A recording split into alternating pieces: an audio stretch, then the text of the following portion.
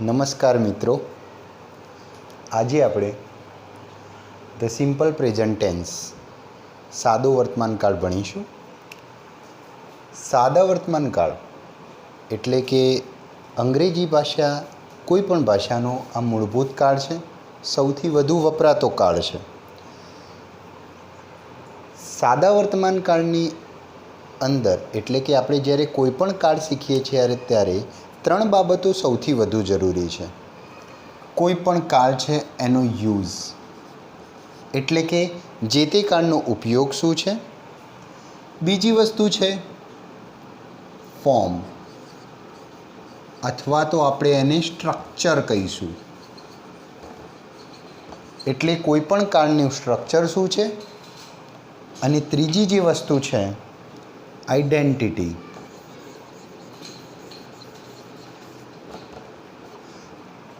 કોઈ પણ કાળની આઈડેન્ટિટી શું છે. આ ત્રણ બાબતો તમે સવિશેષ ખ્યાલ રાખો એટલે તમને ઇંગ્લિશમાં કોઈ પણ ટેન્સ ઇઝીલી સરળતાથી યાદ રહી જાય અને તમને કોઈ તકલીફ નહીં પડે. તો આજે આપણે સિમ્પલ પ્રેઝન્ટ ટેન્સ વિશે શીખવાના છીએ. તો સિમ્પલ પ્રેઝન્ટ ટેન્સમાં સૌથી પહેલાં યુઝ શું છે, એનો ઉપયોગ શું છે. સિમ્પલ પ્રેઝન્ટ ટેન્સના ઘણા બધા ઉપયોગ છે. એ ઉપયોગ પૈકી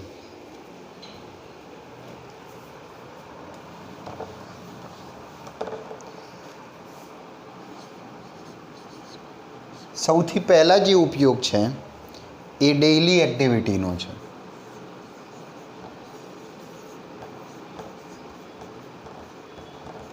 આપણી દરરોજ જે ક્રિયાઓ કરીએ છીએ, રૂટિનમાં જે ક્રિયાઓ થાય છે એ બધી સાદા વર્તમાનકાળમાં થાય છે. આપણે એને સાદા વર્તમાનકાળમાં વાપરીએ છીએ. બીજી જે વસ્તુ છે સાદા વર્તમાનકાળમાં એ છે હેબિટ્સ, તમારી ટેવો, રેગ્યુલર એક્ટિવિટી, તમારી નિયમિત ક્રિયાઓ. આ નિયમિત શબ્દ છે એ સમજવો જરૂરી છે. તમે દર અઠવાડિયે મંદિરે જાઓ છો એ પણ રેગ્યુલર એક્ટિવિટી છે, એ પણ સિમ્પલ પ્રેઝન્ટ ટેન્સમાં આવે છે. તમે દર 6 મહિને તમારા મામાના ઘરે જાઓ છો એ પણ રેગ્યુલર એક્ટિવિટી કહેવાય છે, એ પણ સિમ્પલ પ્રેઝન્ટ ટેન્સમાં આવે છે. દેન યુનિવર્સલ ટ્રુથ એટલે કે સનાતન સત્ય વાક્યો.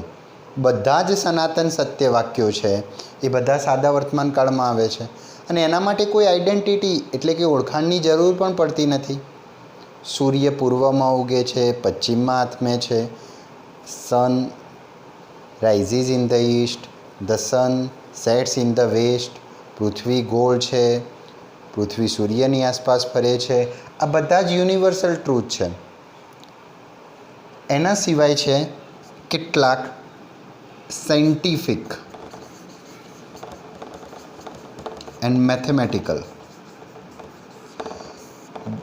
ગાણિતિક અને વૈજ્ઞાનિક સત્યો જે પ્રૂફ થઈ ચૂક્યા છે, જે વૈજ્ઞાનિકોએ શોધ્યા છે.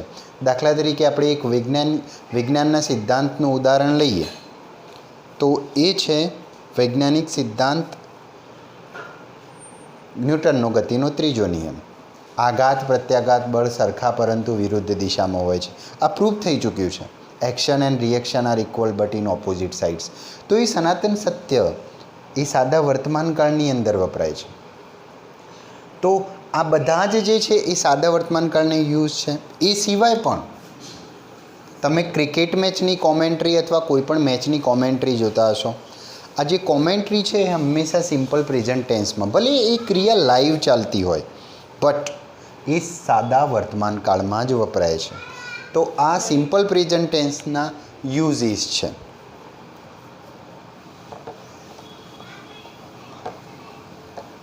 હવે વાત આવી સાદા વર્તમાનકાળનું ફોર્મ એટલે કે એનું સ્ટ્રક્ચર શું છે. સબ્જેક્ટ પ્લસ મેઇન વર્બ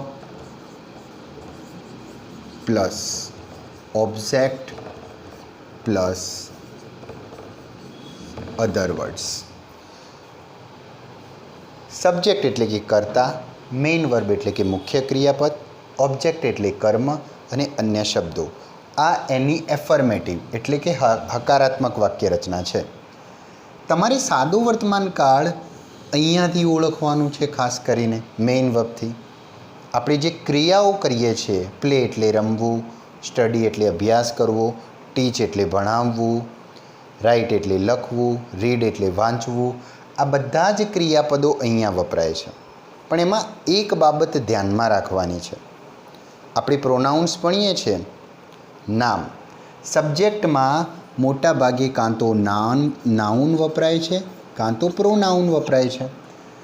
નામ અને પ્રોનાઉનની અંદર એ વાતનું ધ્યાન રાખવાનું છે કે જો નામ અને પ્રોનાઉનમાંથી હી, સી, ઇટ અથવા તો કોઈ સિંગ્યુલર એટલે કે એક વચન નામ હોય અને આ વસ્તુ જો કર્તામાં વપરાણું હોય તો અહીંયા ક્રિયાપદને એસ કે ઈએસ લાગે છે, ફરજિયાત. બીજા બધા કરતા હોય એટલે કે આઈ, વી, યુ કે દે હોય કે પછી બહુવચન નામ હોય, પ્લુરલ નાઉન હોય, તો એમાં કશું જોવાનું રહેતું નથી. પરંતુ જોવાનું ક્યારે રહે છે? જ્યારે હી, સી, ઈટ અને સિંગ્યુલર નાઉન હોય ત્યારે જ એને આપણે એસ કે ઈએસ લગાડીએ છીએ. મેઇન વર્બને એસ કે ઈએસ લગાડીએ છીએ. જોવાની વસ્તુ એ રહે છે કે ક્યારે એસ લાગે છે, ક્યારે ઈએસ લાગે છે. લાગે તો છે જ, ક્યારે હી, સી, ઈટ કે સિંગ્યુલર નાઉન જો સબ્જેક્ટ તરીકે હોય તો એસ લાગે કાં તો ઈએસ લાગે મેઇન વર્બને છેડે, એટલે કે એને સફિક્સ લાગે છે, એના છેડે લાગે છે. તો ક્યારે એસ લાગે, ક્યારે ઈએસ લાગે? જો મેઇન વર્બના છેલ્લો જે વર્ડ છે એ S, double S, S H, C H, X, O K double Z આટલામાંથી આવતો હોય તો ઈએસ લાગે અને આટલામાંથી ન આવતો હોય તો એસ લાગે. દાખલા તરીકે એક ક્રિયાપદ છે વોશ. એક્ઝામ્પલ એક લઈએ. પાછળ એસએચ આવે છે, વોશ એટલે ધોવું. તો આ જો હી, સી, ઈટ કે સિંગ્યુલર નાઉન જો આનો કરતા હોય તો આને ઈએસ લાગશે. ઓકે. બીજું એક એક્ઝામ્પલ લઈએ તો ગો. ગોને પણ ઈએસ લાગશે કારણ કે અહીંયા ઓ આવ્યું છે. આના સિવાયના કોઈ નામ હોય તો કશું, દાખલા તરીકે રાઈટ છે, પાછળ ઈ છે, તો આની પાછળ ફક્ત એસ જ લાગશે, રાઇટ્સ જ લાગશે. તો આ એક નિયમ થયો એસ અને ઈએસ લગાવવાનો. એસ અને ઈએસ લગાવવાનો જે બીજો નિયમ છે એ છે કે આ જે મેઇન વર્બ છે એનો છેલ્લો શબ્દ વાય હોય, વાયની આગળ વ્યંજન હોય, વ્યંજન એટલે કે કોન્સોનન્ટ્સ હોય, તો વાયનો આઈ કરી અને પછી ઈએસ લગાડાય છે. એક એક્ઝામ્પલ લઈએ એટલે સમજી જશો. દાખલા તરીકે ક્રાય હોય તો વાય છે, ક્રાય એટલે રડવું, વાયની આગળ આર એટલે વ્યંજન કોન્સોનન્ટ છે, તો વાય છે એનો આઈ થઈ અને પછી ઈએસ લાગશે. આ જ નિયમ જો છેલ્લે વાય હોય પણ વાયની આગળ સ્વર એટલે કે વોવેલ હોય તો પછી વાયનો આઈ થતો નથી, ફક્ત એસ લાગી જાય છે. દાખલા તરીકે પ્લે છે તો પ્લે ને ફક્ત એસ લાગે છે, પ્લેસ થાય છે. ઓકે. તો આ થયું ત્રીજા પુરુષ એક વચન, એટલે કે જ્યારે સબ્જેક્ટમાં હી, સી, ઇટ કે સિંગ્યુલર નાઉન હોય ત્યારે મેઇન વર્બને એસ કે ઈએસ લગાડવાના આ નિયમો છે. બાકી આ સિવાયના જો કરતા હોય આઈ, વી, યુ, ધે કે પ્લુરલ નાઉન હોય તો તમારે એસ કે ઈએસ લગાડવાનું નથી. જે મેઇન વર્બ જે ફોર્મમાં છે એ જ ફોર્મમાં કોઈ પણ પ્રકારનો ફેરફાર કર્યા વગર એને મૂકવાનું છે. આ વાત કરી આપણે એના સ્ટ્રક્ચરની એફર્મેટિવ એટલે કે હકારાત્મક વાક્યની. હકારાત્મક વાક્ય આપણે ફરીથી એની રચના જોઈએ તો સબ્જેક્ટ છે, મેઇન વર્બ છે અને ઓબ્જેક્ટ છે. એક સેન્ટેન્સ લઈએ આપણે એક્ઝામ્પલ તરીકે તો આઈ પ્લે ક્રિકેટ. એક થર્ડ પર્સન સિંગ્યુલર કરતાવાળું એક્ઝામ્પલ લઈએ તો હી, અહીંયા નિયમ પ્રમાણે એસ લાગે છે, પ્લેઝ ક્રિકેટ. હવે આપણે આ જ ફોર્મની અંદર એનું નકારાત્મક એટલે કે નકાર વાક્ય જોઈએ તો સબ્જેક્ટ પ્લસ કમ્પલસરી કાં તો ડુ કાં તો ડઝ નકારાત્મક ફોર્મમાં વપરાય જ છે અને પછી નોટ લાગે અને પછી મેઇન વર્બ આવે અને પછી ઓબ્જેક્ટ આવે. આ રીતે એનું નકારાત્મક ફોર્મ થાય છે. હવે પાછું પ્રશ્ન એ જ થાય કે ડુ ક્યારે લાગે ને ડઝ ક્યારે લાગે. તો સેમ તમે એસ કઈ એસ ક્યારે લગાવતા હતા? જ્યારે હી, સી, ઇટ કે સિંગ્યુલર નાઉન હોય ત્યારે તમે એસ કે યસ લગાવતા હતા ક્રિયાપદના છેડે. એ જ રીતે જો આ હશે તો ડઝ આવશે અને જો આ નહીં હોય એટલે કે કાં તો આઈ, વી, યુ, ધે કે બહુવચન નામ હશે, આટલા હશે તો જે મેઇન વર્બની પાછળ એસ કે યસ નથી લાગતો એને નકારાત્મક અને પ્રશ્નાર્થ બંને ફોર્મમાં ડુ લાગે છે. તો હવે ખ્યાલ આવી ગયો ડુ ક્યારે લગાવવાનું, ડઝ ક્યારે લગાવવાનું. ચલો આ ક્રિયાપદનું નકારાત્મક ફોર્મ બનાવવું છે તો આઈ, તો આઈની પછી આઈની સાથે ડુ વપરાશે તો આઈ ડુ નોટ. જુઓ ડુ નોટ નું ટૂંકું રૂપ ડોન્ટ થાય છે, તમે લગાવી શકો છો don't. I don't play hockey. એ જ રીતે આ ફોર્મનું નકારાત્મક ફોર્મ થાય છે હી. હી આવ્યું તો શું લાગશે? ડઝ લાગશે. તો ડઝ નોટ. અહીંયા ડઝ નોટનું ટૂંકું રૂપ ડઝન્ટ થાય છે. અહીંયા એક વસ્તુ ખાસ બીજી ધ્યાનમાં રાખવાની છે મિત્રો કે અહીંયા જે ડઝ નોટ આવે છે મતલબ નકાર અને પ્રશ્નાર્થમાં જ્યારે બી ત્રીજા પુરુષ એકવચનમાં ડઝ આવશે ત્યારે જે તમે એસ કે ઈએસ મેઇન વર્બમાં લગાડ્યું છે એનો એસ કે ઈએસ કાઢી નાખવાનો છે એટલે કે રૂપને મેઇન વર્બમાં લાવી દેવાનું છે પાછું. એનો એસ કે ઈએસ નીકળી જશે કારણ કે અહીંયા ડઝ આવ્યું છે એટલે ડઝની હયાતીમાં ડઝ જ્યારે સહાયકારક તરીકે વપરાય છે ત્યારે એ એસ તમારે કાઢી નાખવાનો રહેશે. He does not play hockey. આ રીતનું વાક્ય બનશે. તો આ નકારાત્મક ફોર્મ છે. હવે ત્રીજી વસ્તુ આપણે ત્રીજી વાક્ય રચના ભણીએ છીએ ક્વેશ્ચનાર્થ, પ્રશ્નાર્થ. પ્રશ્નાર્થ વાક્ય રચનામાં શરૂઆતમાં ડુ કે ડઝ આવી જાય. હવે તમને કહેવાની જરૂર નથી કે ડુ ક્યારે વપરાશે અને ડઝ ક્યારે વપરાશે. સેમ ફરીથી રિપીટ. કર્તા તરીકે હી, સી, ઇટ કે સિંગ્યુલર નાઉન હોય તો ડઝ, કર્તા તરીકે આઈ, વી, યુ, ધે કે પછી પ્લુરલ નાઉન હોય તો ડુ. પછી ડુ, ડઝ એ ફક્ત આગળ જ વપરાય છે. પછી સબ્જેક્ટ, પછી મેઇન વર્બ અને પછી ઓબ્જેક્ટ અને છેલ્લે ક્વેશ્ચન માર્ક. હવે વસ્તુ શીખવાની એ છે કે તમારે જ્યારે ડુ ડઝ આવે છે ત્યારે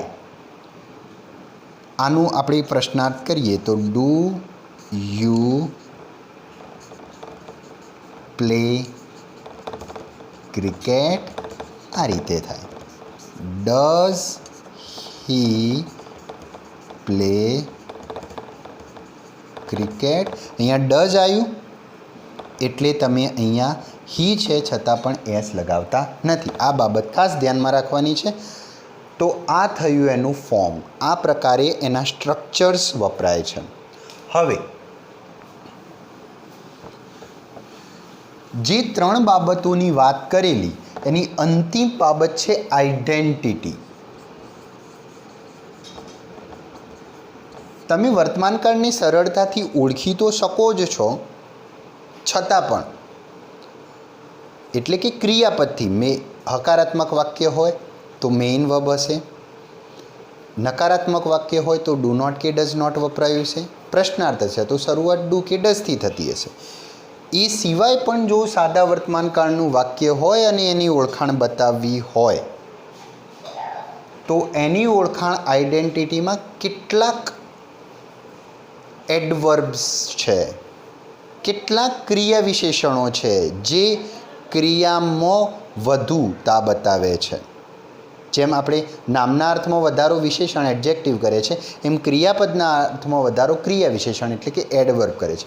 કેટલાક એડવર્બ છે, એમાં સાદા વર્તમાનકાળનું એક એડવર્બ છે એવરી શબ્દ છે. હવે આ એવરીની પાછળથી ઘણા બધા શબ્દો બને. Every day, every month, every week, every year. Okay, આ બધા શબ્દો એટલે એવરીવાળા દરેક શબ્દો કયો કાળ સૂચવશે? સાદો વર્તમાન કાળ. એ સિવાય ડેઇલી છે, દરરોજ છે, ઓલવેજ છે, નેવર છે, સમટાઈમ છે, સેલ્ડમ છે, જનરલી છે,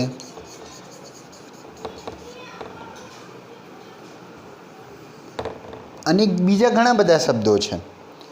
તો આ બધા જ પ્રકારના જે એડવર્બ છે આ જ્યારે વાક્યમાં વપરાયા હોય ત્યારે એ વાક્ય હંમેશા સાદા વર્તમાન કાળનું હોય, સિમ્પલ પ્રેઝન્ટ ટેન્સમાં હોય. આ સિવાય પણ ઘણા લોકો એક પ્રશ્ન પૂછે છે કે સાદો વર્તમાન કાળ તમે સમજાવી લીધો, તમે વાક્ય રચના લખી છે હી પ્લેઝ ક્રિકેટ, તે ક્રિકેટ રમે છે. આ સાદા વર્તમાન કાળનું વાક્ય છે. કોઈ એવું વાક્ય બોલે કે હી ઇઝ સચિન, તો આ કયા કાળનું વાક્ય કહેવાય? આની વાક્ય રચના તો કર્તા ક્રિયાપદ. તો પછી આ વાક્યમાં શું ફરક? અહીંયા ક્રિયાપદોમાં તફાવત છે. આ જે ક્રિયાપદ છે એ ક્રિયા બતાવે છે, તે રમી રહ્યો, તે રમે છે એટલે કે એ ક્રિયા બતાવે છે, ક્રિયા સૂચક ક્રિયાપદ છે. અહીંયા આ ક્રિયાપદ ઇઝ એમઆર એ પણ મુખ્ય ક્રિયાપદ તરીકે વપરાય છે, પણ આ વખતે એ સ્થિતિ બતાવે છે. જ્યારે ટુ બીના ક્રિયાપદો ઇઝ એમ આર એકલા વપરાય છે ત્યારે એ મુખ્ય ક્રિયાપદ તરીકે વપરાય છે, પરંતુ તે સ્થિતિ બતાવે છે. ધ્યાન રાખો, આ ક્રિયા બતાવે છે, આ સ્થિતિ બતાવે છે. બંને વાક્યો સાદા વર્તમાન કાળમાં જ છે. તો આ બાબતની ખાસ ધ્યાન રાખવી. બીજું, આ કાળ છે સાદો વર્તમાન કાળ, એ શરતવાચક વાક્યોમાં ઘણી વખત ઇફ અને અનલેસ સાથે વપરાય છે શરતીવાચક વિધાનોમાં, પણ એ કાળની સાથે સાદો ભવિષ્યકાળ આવે છે. Example for if you work hard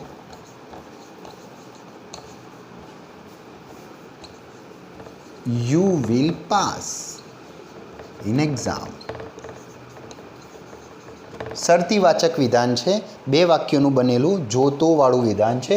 જો તમે મહેનત કરશો તો તમે પરીક્ષામાં પાસ થશો.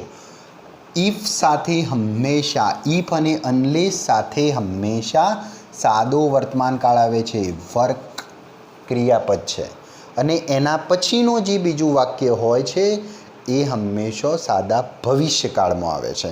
તો આ નિયમ પણ તમારે ધ્યાનમાં રાખવો જરૂરી છે. ઓકે, હસ્તુ, નમસ્કાર.